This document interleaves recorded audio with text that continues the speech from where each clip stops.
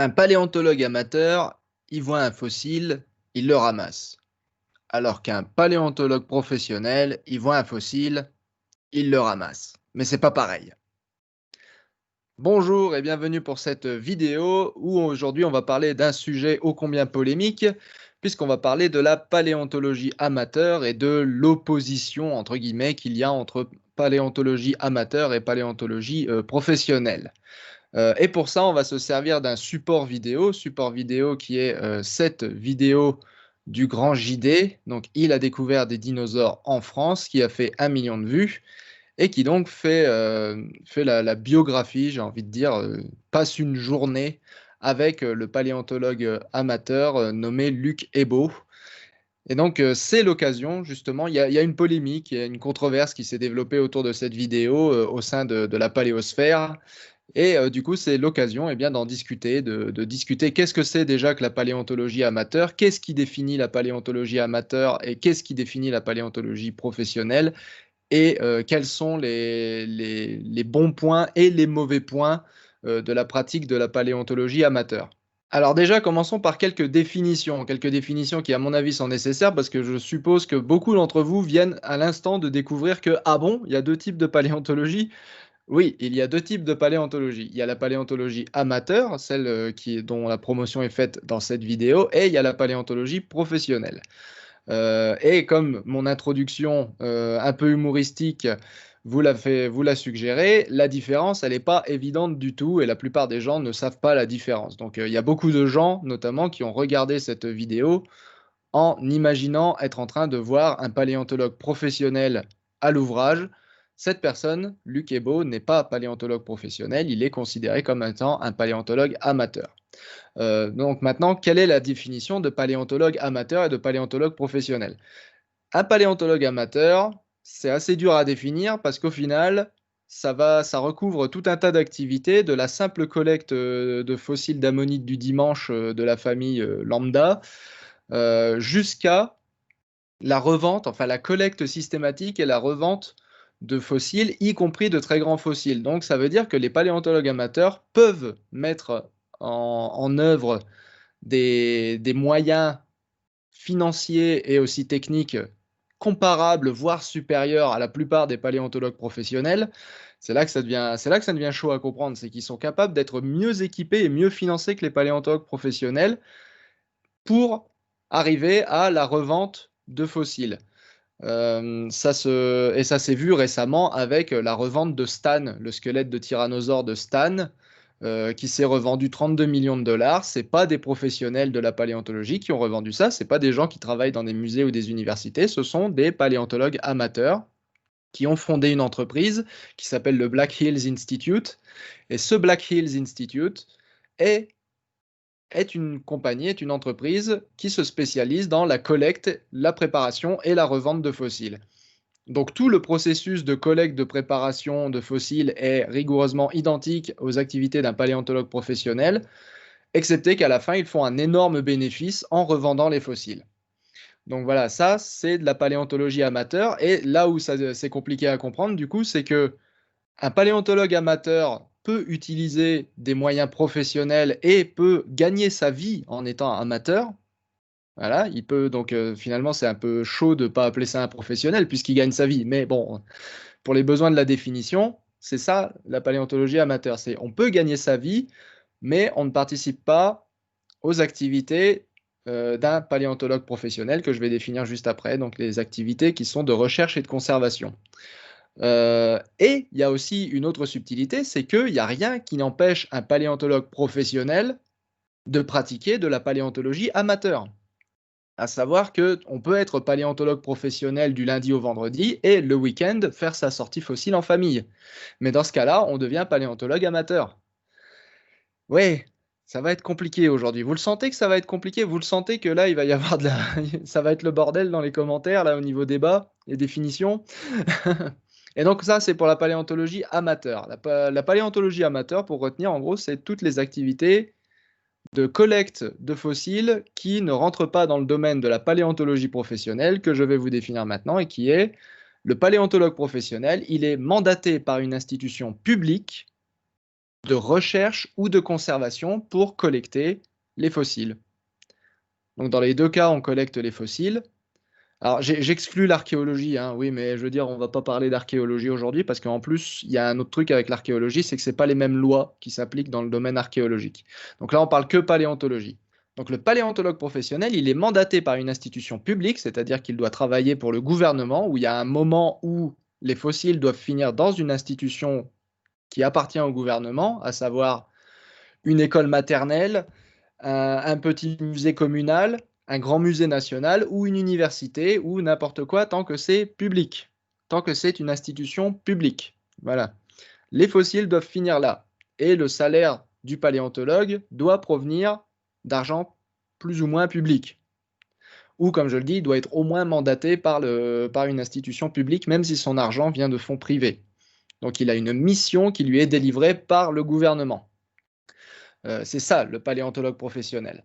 Donc là, à ce niveau-là, normalement, vous devez avoir compris que le niveau d'études n'a rien à voir. On n'est pas paléontologue parce qu'on a un doctorat de paléontologie. Je connais plein de gens qui ont un doctorat de paléontologie, ils sont profs. Ils ont passé le CAPES, ils sont devenus profs. On n'est pas paléontologue parce qu'on a un doctorat de paléontologie. On est paléontologue parce qu'on pratique une paléontologie qui participe à la recherche et ou à la conservation du patrimoine fossilisé. C'est ça la vraie définition. Donc on peut avoir qu'un master, on peut même n'avoir aucun diplôme du tout. Il y a beaucoup de paléontologues professionnels qui n'ont pas de diplôme du tout. En tout cas, c'était très vrai dans la génération avant la nôtre. Les paléontologues qui travaillaient dans les années 70-80, il y en avait beaucoup qui n'avaient absolument aucun diplôme et qui ont obtenu des diplômes honoraires après, au fur et à mesure qu'ils progressaient dans leur carrière. Donc ça, c'est la paléontologie professionnelle. Et de même, du coup, on peut être diplômé jusqu'au-dessus de la tête et pour autant être considéré comme paléontologue amateur. Et c'est là que cette vidéo va être intéressante. C'est là que la vidéo de Grand JD, donc je ne l'ai pas présenté, mais c'est effectivement le Grand JD. De toute façon, je pense que enfin, je veux dire, il a 3 millions d'abonnés, vous devez le mieux le connaître que moi, hein. C'est là que cette vidéo du Grand JD devient intéressante parce qu'elle fournit vraiment un très très bon support pour expliquer cette différence entre amateur et professionnel. Parce que justement, Luc Ebo est diplômé de géologie.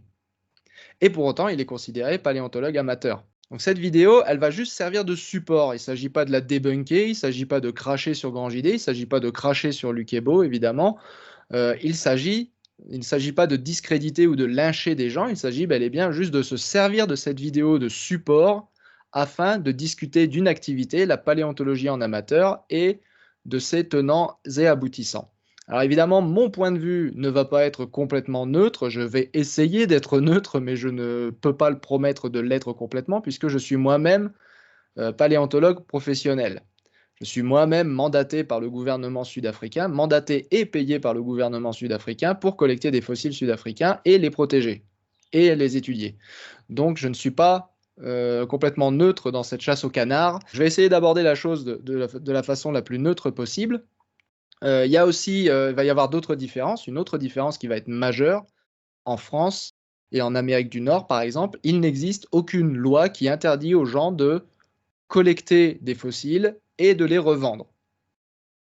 Donc ça, c'est une grosse différence majeure. C'est-à-dire que en Afrique du Sud, c'est illégal d'être paléontologue amateur. En France, ça ne l'est pas. Mais ça n'empêche qu'il y a quand même des conflits éthiques que je vais lister. Voilà, il faut garder ça en tête aussi, c'est que la paléontologie amateur n'est pas illégale en France, elle est en Afrique du Sud, ce qui polarise encore un peu plus, on va dire, ma vision. C'est juste pour que vous ayez une idée aussi de où je me situe, moi, quand je vous parle de tout ça. Et c'est d'ailleurs là aussi que la différence avec l'archéologie se fait sentir, c'est-à-dire qu'en France, l'archéologie amateur est interdite. Il est interdit pour quelqu'un de non mandaté de collecter des artefacts d'ordre archéologique. Et là, le problème que tout le monde connaît, c'est celui des détectoristes. Les détectoristes, c'est ceux qui utilisent des détecteurs à métaux pour trouver des pièces qui datent, je ne sais pas, de l'époque romaine, de l'époque gallo-romaine, enfin bref. C'est les gens qui utilisent des détecteurs à métaux pour trouver des artefacts archéologiques. Les détectoristes, c'est considéré comme un problème par les archéologues professionnels. Et en fait, si vous voulez, plus ou moins, C'est là où la comparaison justement est un peu compliquée, c'est que les paléontologues amateurs, c'est un peu les détectoristes, c'est un peu les détectoristes des archéologues, quoi. Sauf que leur activité n'est pas régie par la loi. Ils peuvent faire ce qu'ils veulent. Donc c'est là justement que la ligne vient très délicate et que ça devient compliqué justement d'en discuter sans faire polémique. C'est que, bah, comparer les paléontologues, amateurs aux détectoristes, déjà ça fait grincer des dents et là je suis sûr que vous grincez déjà des dents dans les commentaires, je vous vois. Je vois déjà que vous êtes en train de grincer des dents et c'est normal, mais vous allez voir la conclusion de cette vidéo va vous montrer pourquoi c'est normal que ça fasse grincer des dents, quelle que soit votre position finalement sur ce continuum entre paléontologue amateur et paléontologue professionnel. Votre position fera grincer des dents de l'autre côté, quoi qu'il arrive. Et je vais vous expliquer pourquoi du coup aujourd'hui. Bon, déjà, commençons par les bons points de la paléontologie amateur, parce qu'il y a plein de bons points dans la paléontologie amateur, et il y a plein de bons points à cette vidéo, des bons points que cette vidéo illustre très bien. Cette vidéo, c'est quand même une vidéo qui parle de l'activité des paléontologues et qui fait 1 million de vues. Il n'y a pas beaucoup de gens sur le paléotube, dans la paléosphère, qui ont une audience à 1 million, voilà, et qui ont 3 millions d'abonnés. Je veux dire, donc, c'est quand même et les gens dans les commentaires en redemandent. Voilà, le 1er commentaire là, vous voyez, il nous faut un épisode 2. Voilà, les gens en redemandent et il y a 4 000 personnes qui sont d'accord avec lui. Donc, déjà, il y a un grand truc avec les paléontologues amateurs, c'est qu'ils font découvrir le patrimoine, paléontologique français et ils participent à un effort de vulgarisation. Il y a beaucoup de paléontologues amateurs qui appartiennent d'ailleurs à la paléosphère. Salut les gars! Voilà, on se connaît, on s'est déjà vus, on s'est rencontrés, on s'aime beaucoup. En tout cas, moi, je vous aime.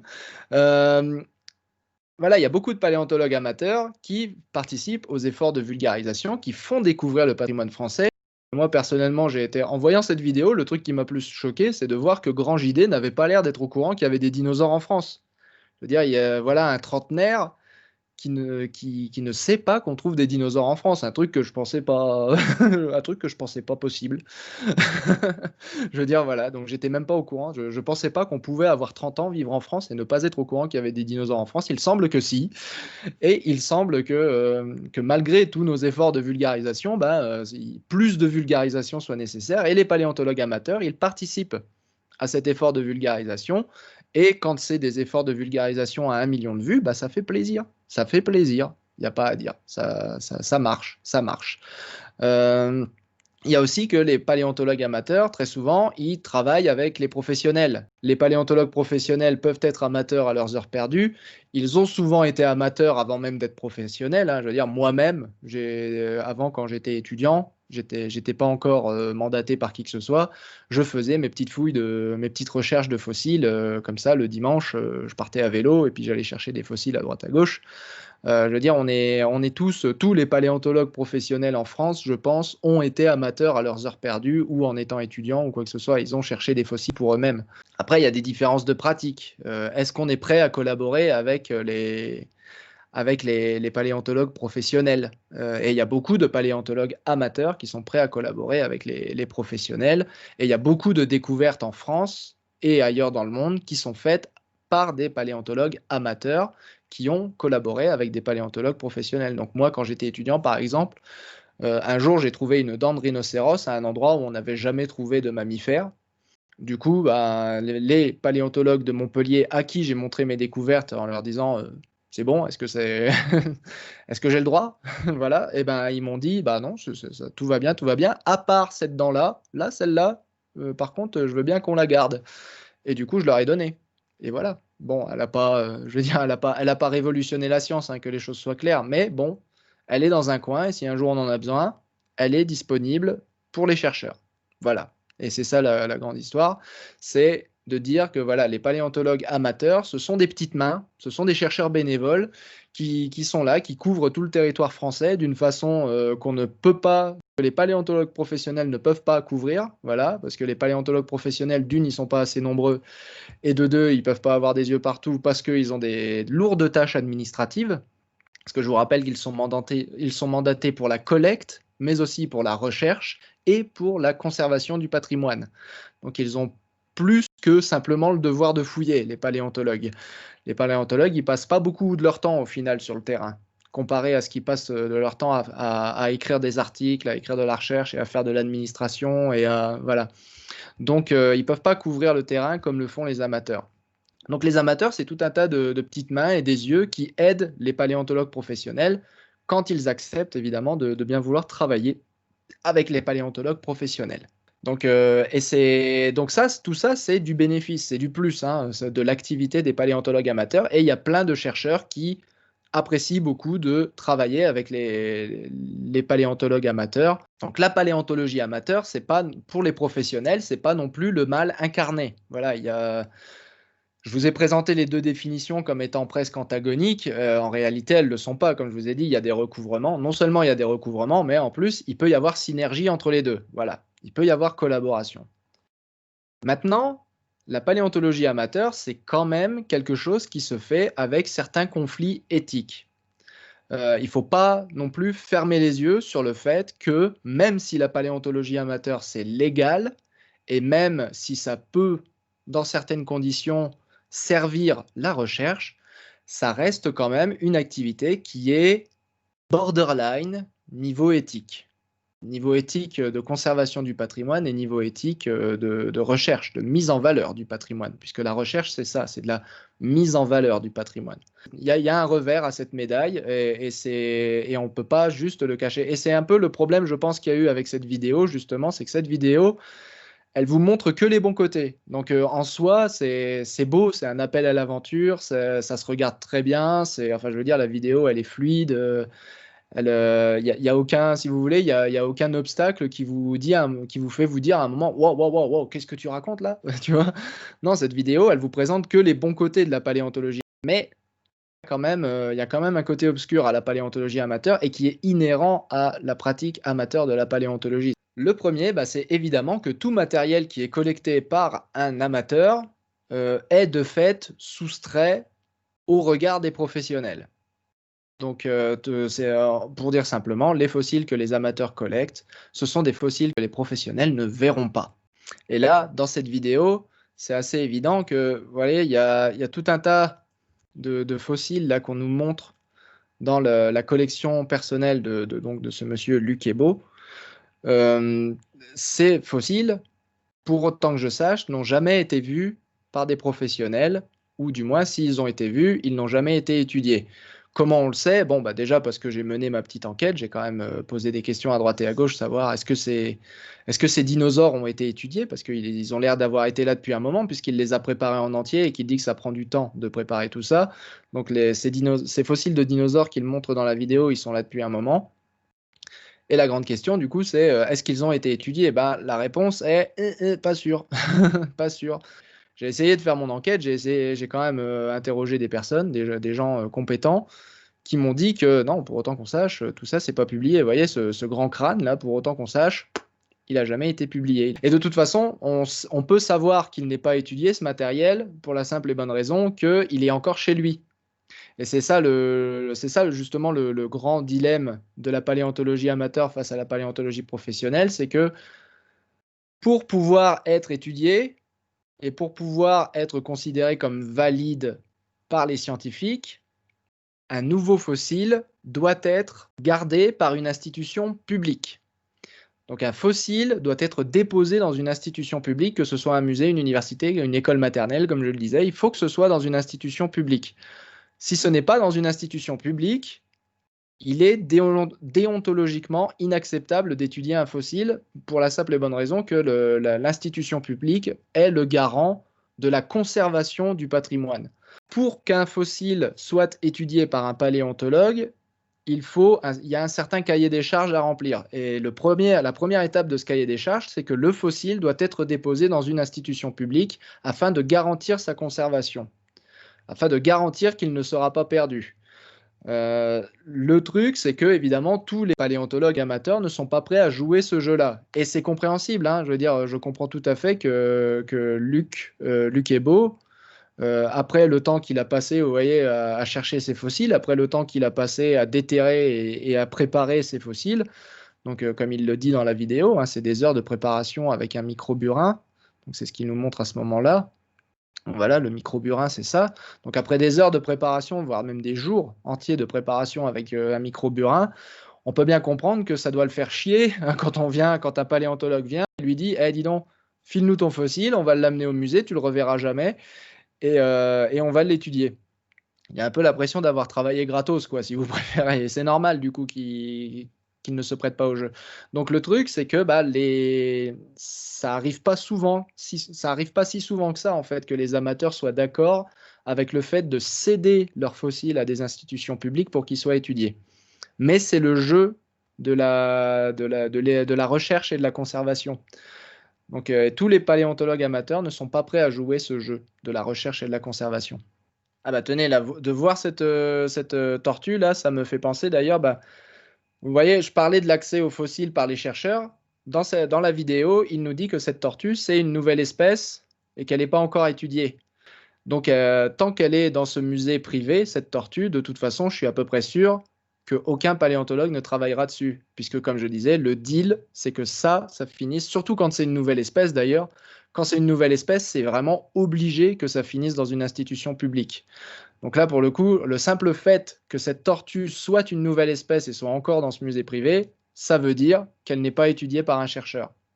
Ça, c'est vraiment le premier et je pense le plus gros point de litige entre paléontologues amateurs et paléontologues professionnels, c'est l'accès au matériel à des fins de recherche. L'accès au matériel à des fins de recherche, pour les chercheurs, ça veut dire dépôt dans une institution publique. Pour les amateurs, ça veut dire renoncer à avoir son fossile dans sa collection. Et on peut comprendre du coup que les amateurs soient pas forcément super emballés à cette idée-là. Et là, dans ce cas particulier, on pourrait se dire que bah oui, mais tout est dans un musée, donc finalement il a tout mis dans un musée, c'est accessible, les gens peuvent le voir. Oui, non, voir, c'est pas étudier, déjà d'une. Pouvoir voir le fossile comme ça, là, comme je le vois là sur cette vidéo, c'est pas étudier un fossile et son musée, le musée de Luc Ebo, ça reste un musée privé, ça reste, c'est son salon réaménagé en musée, j'ai envie de dire. C'est pas une institution publique. Le côté public de l'institution où sont déposés les fossiles est extrêmement important. Donc faut pas confondre montrer et étudier et il faut pas confondre, musée privé et musée public. Un musée privé, ça a beau accomplir tout ce que fait un musée public, ça n'en reste pas moins une institution privée qui risque de faire faillite et le jour où elle fait faillite, tout ce qui est à l'intérieur, ça risque d'être perdu. Alors qu'une institution publique, ça ne fera pas faillite. Normalement, à moins d'une révolution évidemment, mais sinon normalement une institution publique, c'est durable dans le temps. Mais bon, comme je le disais, il y a énormément de débats autour de ça puisque, comme je le disais, les chercheurs peuvent pas avoir des yeux partout. Donc, est-ce que de toute façon ces fossiles n'auraient pas été perdus quoi qu'il arrive? Quoi, c'est un peu ça la question. Donc, et c'est souvent ça la justification que donnent les paléontologues amateurs d'ailleurs, hein, c'est de dire bah, de toute façon personne ne les regardait ces fossiles, il n'y a personne qui travaille ici, donc je vois pas pourquoi. Voilà. Donc ça c'est et c'est débattable, hein, c'est totalement débattable. Le deuxième aspect un peu problématique de la pratique de la paléontologie amateur, c'est d'où vient l'argent pour financer tout ça. D'où vient l'argent pour financer tout ça, la préparation, l'équipement, vous voyez, qu'il utilise pour préparer les fossiles, donc le microburin qu'on a vu tout à l'heure, tout l'équipement qu'on voit dans son atelier, tout le mini musée là qu'on nous montre. L'argent, il vient forcément de quelque part et c'est souvent de la vente, de la revente de fossiles. Alors ça peut être des fossiles du patrimoine français, et dans ce cas-là, c'est du patrimoine français qui est perdu, ou ça peut être des fossiles du patrimoine étranger, donc des fossiles qui sont importés généralement d'Afrique du Nord et qui sont du coup revendus par les paléontologues amateurs pour financer leur activité de recherche de fossiles, hein, parce qu'il faut bien que ça vienne de quelque part, l'argent pour équiper tout ça. Donc Luc Ebo, encore une fois, comme je le disais, je l'utilise comme exemple. Luc Ebo, il est connu comme étant un revendeur de fossiles. Si vous tapez enchère Luc Ebo, vous trouverez des pages sur Google qui vous ramènent vers des ventes de fossiles que Luc Ebo a fait. Donc ça, c'est un autre aspect qui est éthiquement discutable. Encore une fois, pas forcément illégal, en tout cas pas tant qu'il vend des fossiles français, Mais je pense quand même que ça fout un peu les boules de se dire que, ah tiens, il y a des fossiles de français qui sont comme ça, qui sont vendus et qui sont basiquement perdus pour les musées, pour la recherche, etc., etc. Donc ça, c'est un autre aspect éthiquement discutable, c'est une facette discutable de la paléontologie amateur. Alors là, évidemment, on parle des paléontologues amateurs qui revendent leurs fossiles, pas de papa, maman qui vont chercher leurs fossiles le dimanche avec les enfants, évidemment. Bien que la perte du patrimoine soit la même, puisqu'au final, c'est des fossiles qui finissent dans un tiroir et puis voilà, on les oublie et puis ce sera perdu au prochain déménagement, quoi. Donc donc il y a ce côté-là aussi, qui est éthiquement discutable, celui de la revente, des fossiles. Et c'est encore plus éthiquement discutable quand il s'agit de revente de fossiles qui viennent de pays où c'est interdit de vendre des fossiles. Donc là, c'est carrément du trafic. Et le troisième aspect un peu problématique de la paléontologie amateur, c'est que souvent les paléontologues amateurs, alors les paléontologues amateurs, encore une fois, qui se sont relativement professionnalisés et souvent ceux qui vont revendre leurs fossiles, souvent ils font des compositions avec ces fossiles. Une composition ou un composite, c'est quand on colle ensemble plusieurs fossiles pour les rendre plus beaux. Alors ça peut être un argument de vente, de rendre le fossile plus beau pour le faire payer plus cher. Ça peut être aussi, les musées, des fois, ils font ça pour des expositions.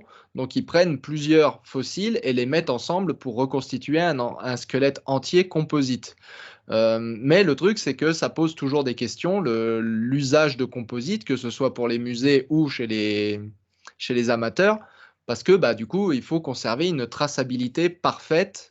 C'est une information qui se perd souvent, le qu'est-ce qui vient d'où et quel fossile appartient à quoi, dans les composites. Donc on a des composites qui ont été remis collés ensemble parce que ça fait plus joli, parce que c'est plus facile à vendre, mais du coup, ensemble, les fossiles ne valent plus rien.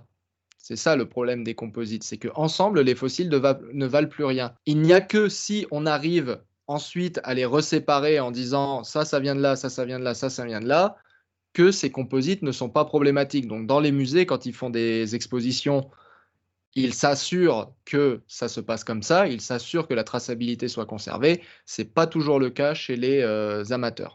Et là où cette vidéo est intéressante de ce point de vue, c'est que Luc Ebot nous est présenté comme étant un paléontologue, mais aussi un artiste. Et on peut se poser la question du coup de à quel point les fossiles qu'on nous montre sont retouchés pour être plus artistiques et à quel point on a sacrifié du scientifique pour cette portion artistique et à quel point est-ce qu'on est capable de faire machine arrière sur ces compositions artistiques. On est obligé de croire le paléontologue amateur qui l'a trouvé quand il nous dit qu'il a trouvé ça en un seul morceau et on est obligé de le croire sur parole. Ça n'a pas été fait dans des conditions contrôlées. Ce qui nous amène d'ailleurs au quatrième problème que les paléontologues professionnels peuvent avoir avec les paléontologues amateurs, et c'est la traçabilité et de manière générale la méthode. La méthodologie, les paléontologues amateurs, souvent, comme je l'ai dit, bon, alors je l'ai dit, ce n'est pas une question de diplôme, mais du fait que les paléontologues amateurs sont généralement non diplômés en paléontologie, bien souvent, ils n'ont pas la méthodologie. D'ailleurs, même les gens qui sont diplômés en paléontologie, souvent n'ont pas la méthodologie. Il y a beaucoup de paléontologues qui ne mettent pas les pieds sur le terrain, pour dire les choses clairement.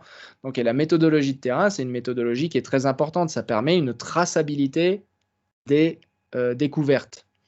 Et très souvent, la traçabilité des découvertes faites par les paléontologues amateurs, elle est plus qu'insuffisante. D'ailleurs, ça pose aussi un autre problème éthique, c'est que souvent les paléontologues amateurs, ils collectent à un endroit sans demander l'autorisation au propriétaire. Et ça, c'est un problème parce que techniquement, selon la loi française, le fossile appartient au propriétaire du terrain. Et là où je disais la traçabilité est importante, c'est que si vous gardez une trace du fait que vous avez trouvé ce fossile pas chez vous, fatalement, vous êtes en train d'admettre que vous l'avez volé, en fait, ce fossile. Donc on continue avec cette histoire de traçabilité, avec notamment le problème que, alors il y a deux types, on va dire, de paléontologues amateurs. Il y a celui qui creuse et il y a celui qui creuse pas. Donc il y a celui qui ramasse en surface, globalement, et il y a celui qui creuse. Alors ceux qui ramassent en surface, ils sont globalement moins problématiques parce que généralement, le ramassage de surface implique que de toute façon, le contexte du fossile a été perdu, ou du moins en théorie est perdu. Après, le ramasser en surface immédiatement à l'endroit d'où le fossile est tombé, Je veux dire, le contexte n'est pas complètement perdu, mais globalement, le contexte est perdu. Donc la taphonomie du fossile, c'est-à-dire la façon dont le fossile s'est déposé et s'est formé, est perdue. La position stratigraphique du fossile est perdue. Et l'origine, de manière générale, même le point GPS finalement du fossile, en admettant que si jamais le fossile a été transporté sur plusieurs kilomètres, même l'origine géographique du fossile est perdue. Donc, mais bref, un ramassage de surface, globalement, c'est moins problématique que l'autre type de ramassage qui est creuser pour déterrer les fossiles. Où là, eh ben, s'il n'y a pas d'enregistrement du point GPS, s'il n'y a pas d'enregistrement des conditions taphonomiques et s'il n'y a pas d'enregistrement de la position stratigraphique, si ces informations ne sont pas gardées, globalement, ce fossile-là, admettons que ce fossile-là, encore une fois, qu'on a devant les yeux, soit un fossile dont aucune information n'a été enregistrée, ben, aussi joli que soit ce crâne, eh ben, il est quasiment inutilisable. Il est quasiment inutilisable parce que ben, on n'a aucune information sur d'où il vient. Encore une fois, on est obligé de croire sur parole l'amateur. Et là, ça devient un énorme problème. Et c'est là qu'on comprend bien pourquoi l'institution publique est importante. Ça devient un énorme problème le jour où le paléontologue amateur en question, comme je le disais, meurt. Et ben, tout le contexte de ces fossiles est perdu avec lui. Mais ça arrive beaucoup plus souvent que vous ne l'imaginez. Des paléontologues amateurs qui ont fait des collectes fossiles gigantesques, magnifique collection, sauf que toutes les infos à propos des fossiles, elles étaient dans leur tête. Ils n'ont jamais pris de notes, ou en tout cas leurs notes sont très très très insuffisantes. Et ça, c'est un énorme problème parce que le jour où ils meurent, eh ben, leur famille soit va revendre les fossiles, soit va dans une brocante aux enchères, on ne sait pas, soit va approcher un musée ou une université en disant dis donc, on a cette collection de fossiles qui est gigantesque, qui est vachement bien. Je me rappelle que vos collègues, ils lorgnaient dessus à un moment. Est-ce que ça vous intéresse encore? Bah évidemment, alors les collègues lorgnaient dessus à l'époque où monsieur avait encore le contexte, et les collègues, à l'époque où ils lorgnaient dessus, on leur a dit, bah non, cette collection, elle n'ira pas dans un musée parce que c'est ma collection à moi, et voilà, ce qui est légitime, hein, je veux dire, ce qui est légitime et pas illégal. Mais voilà, à l'époque, il avait dit non. Bah maintenant qu'il est mort, la famille dit oui, sauf que on a perdu tout le contexte.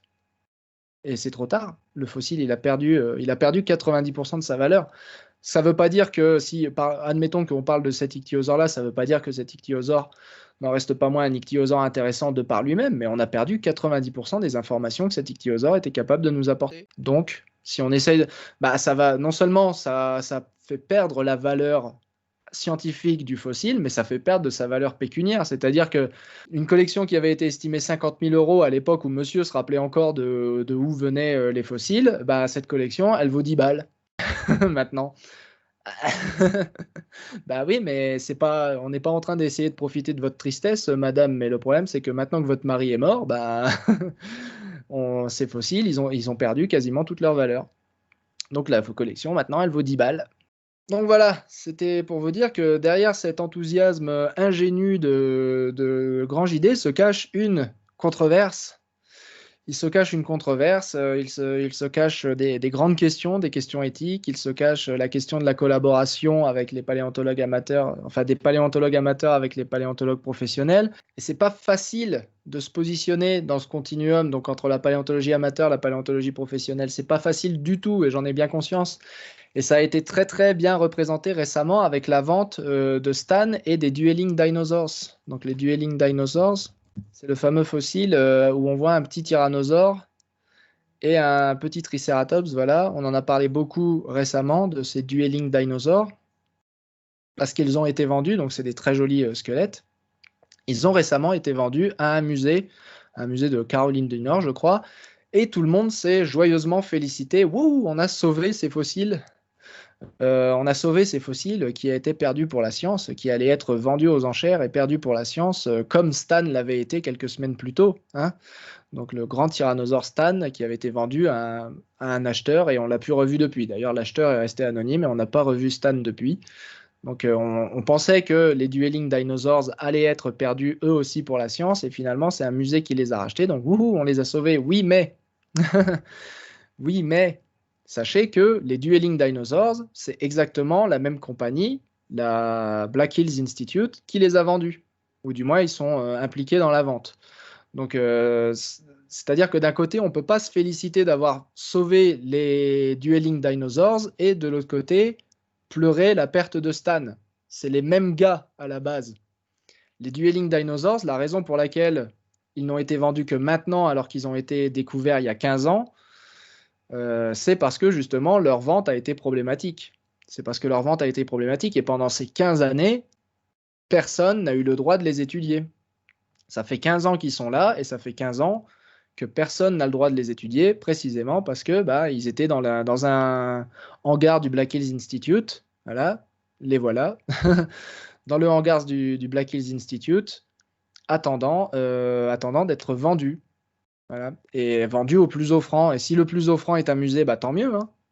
Mais si le plus offrant n'est pas un musée, bah, c'est comme Stan. C'est parti. Donc on peut pas vraiment se féliciter, si vous voulez, d'avoir récupéré ces Dueling Dinosaurs dans un musée. Ça s'est fait à coût de millions de dollars, des millions de dollars qui ont été payés pour acheter ces fossiles. Donc on a sauvé un tyrannosaure et un tricératops, c'est-à-dire deux espèces qui sont quand même très très connues. Sait-on quel genre de fouille on a financé avec ça? Sait-on quelle espèce, ces millions de dollars, sait-on dans quel genre de fouille ils vont être investis? Sait-on s'ils ne sont pas en train, en ce moment, de déterrer une nouvelle espèce dont le dégagement va être financé grâce à ces millions de dollars et qui sera ensuite vendu au plus offrant une fois de plus? Sait-on si on ne vient pas de troquer un tyrannosaure et un énième tyrannosaure et un énième tricératops contre une véritable grosse découverte?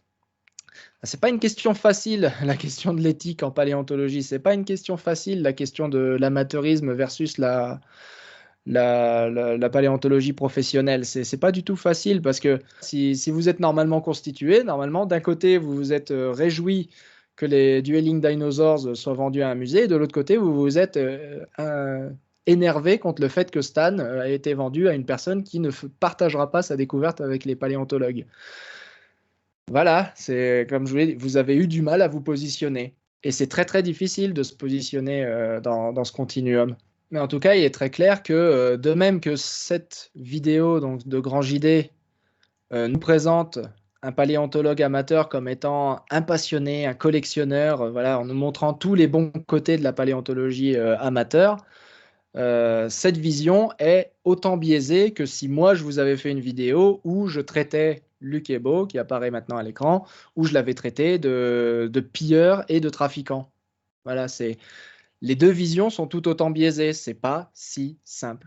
Et c'est pour ça que j'ai mis un pouce vers le bas sur la vidéo. Vous avez pu remarquer que depuis le début qu'il y avait un pouce vers le bas, alors que j'ai dit que je serais bienveillant. Non, c'est pas parce que je suis malveillant, c'est pas parce que j'ai aucun respect pour le travail ou de Grand JD ou de Luc Ebo, mais bel et bien parce que je ne valide pas l'approche qui consiste à ne montrer qu'une partie de l'iceberg, la partie émergée de l'iceberg. Il y a tout un côté obscur à la paléontologie amateur et je trouve que ça aurait été intéressant aussi de montrer les autres facettes de cette activité pour avoir une vision plus complète. Donc voilà, j'espère que maintenant vous y voyez plus clair sur la différence entre paléontologue amateur et professionnel. Quels sont les problèmes que les amateurs ont avec les professionnels et que les professionnels ont avec les amateurs. Et je vous dis à très bientôt sur notre chaîne. Ciao!